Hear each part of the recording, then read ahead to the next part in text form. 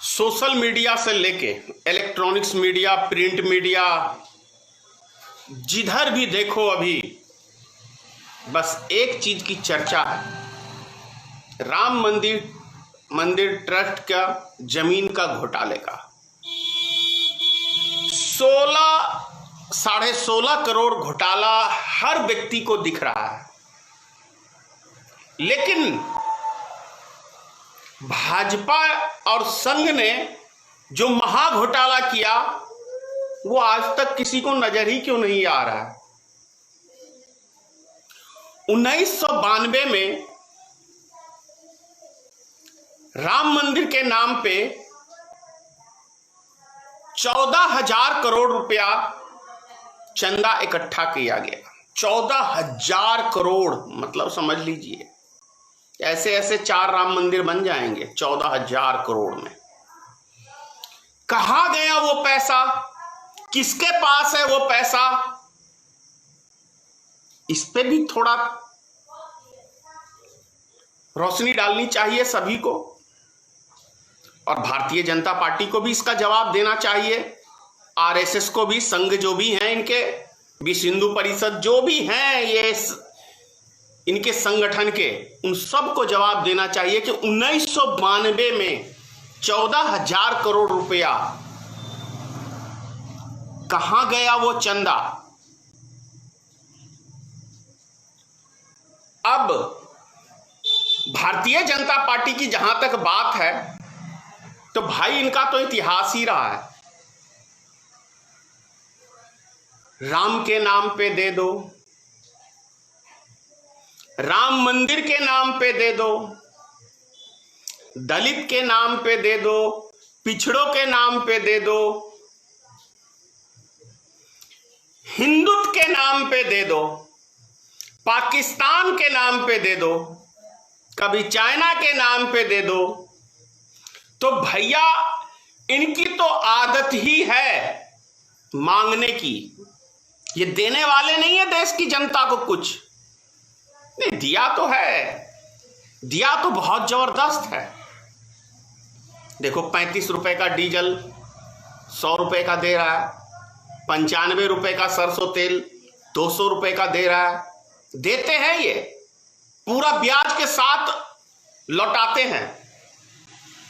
अब कितना चाहिए देश की जनता को। राम मंदिर 1990 से लेके अब तक 30-31 साल हो गए इस मुद्दे को। 3 बार सत्ता में आ चुके हैं ये मंदिर को लेके, लेकिन राम मंदिर का एक शिलान्यास ही सिर्फ हुआ है, उसके अलावा कुछ वहां हुआ नहीं है। लेकिन उसके नाम पे अरबों खरबों धन उगाही हो गई, पता ही नहीं चला वो कहां ढकार गए ये लोग।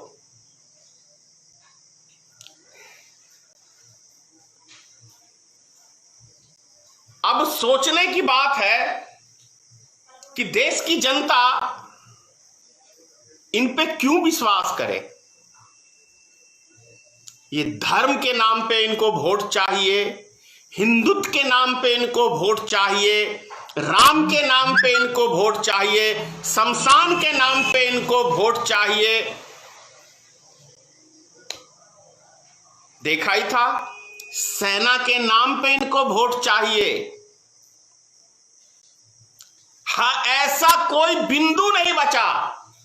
और एक भी बार 7 साल के दरमियान में कभी, मैं पूरे भारत की एक एक जनता से कह रहा हूं और खास तौर से अंधभक्तों से स्पेशल कह रहा हूं कि तुम्हारे अब्बा श्री जो नाम लेते थे स्विस बैंक का, एक बार भी किसी भारतीय जनता पार्टी के मुख से निकलता है, प्रधानमंत्री से लेकर निचले किसी कार्यकर्ता के मुख से निकलता है कि भाई स्विस बैंक में जो काला धन जमा था, जिसका खुलासा करने के लिए भारतीय जनता पार्टी ने बीड़ा उठाया था,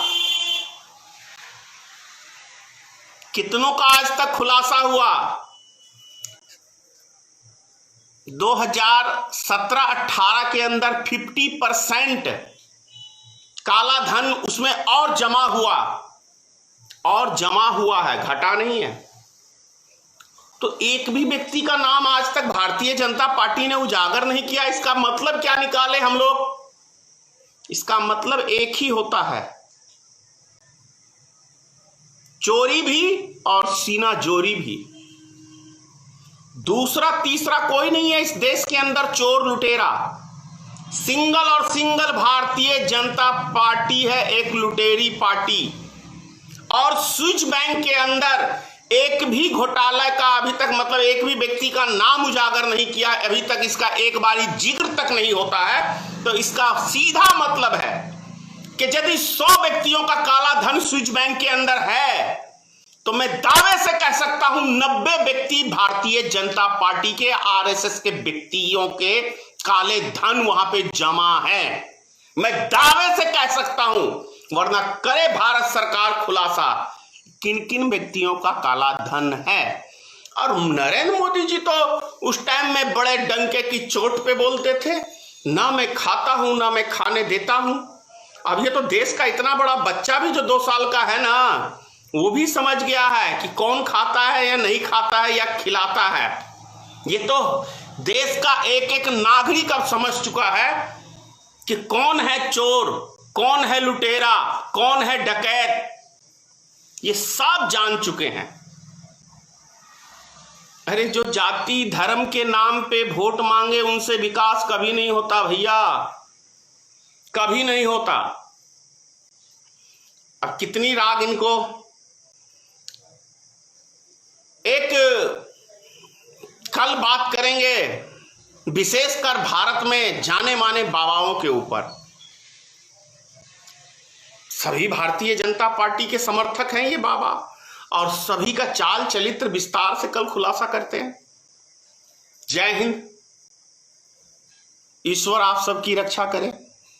नेशनल दस्तक की आपसे गुजारिश है कि अगर इसको बचाना चाहते हैं तो नेशनल दस्तक को सब्सक्राइब करने के लिए रेड कलर के सब्सक्राइब बटन को दबाएं, फिर बेल आइकन की घंटी दबाएं। नेशनल दस्तक को बचाने के लिए बहुत जरूरी है कि हर खबर को शेयर करें, लाइक करें, कमेंट जरूर करें।